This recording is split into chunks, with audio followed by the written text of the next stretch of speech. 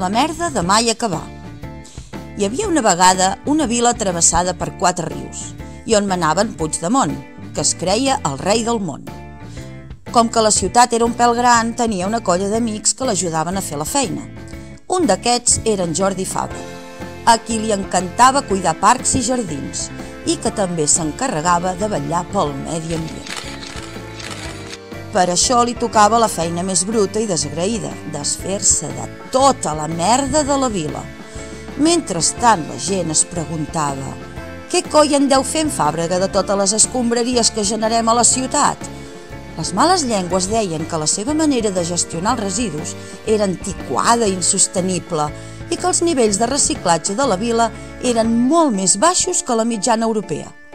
Al final, gratant un xic la merda, es va descobrir que a la ciutat es reciclava poc més d'una tercera part dels residus i la resta, cap a Solius per enterrar i cap a Camp Durà per cremar.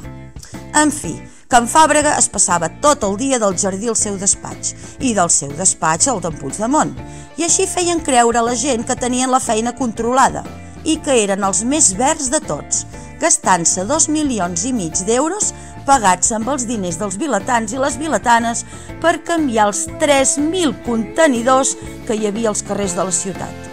I som-hi, camions amunt i camions avall, i màquines per aixafar la brossa, i han acabat més màquines per compactar la terra que s'hi ha de tirar al damunt perquè no faci pudor, i si no, cap a cremar Camp Durà, on tot l'any canten Nadales. Fum, fum, fum. En Fàbrega cada cop es trobava més i més gent que li deia: Jordi, ens han dit que les viles de Celrà i Vilablareix ara recullen les escombraries porta a porta, que és més còmode i net, i que han aconseguit arribar al 85% de reciclatge. I diuen que a Cadaqués van provar un sistema per retornar els envasos que va tenir molt d'èxit.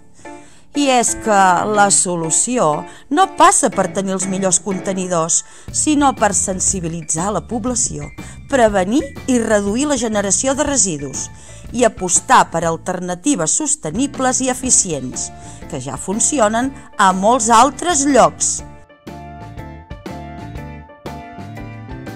A Girona, residu zero.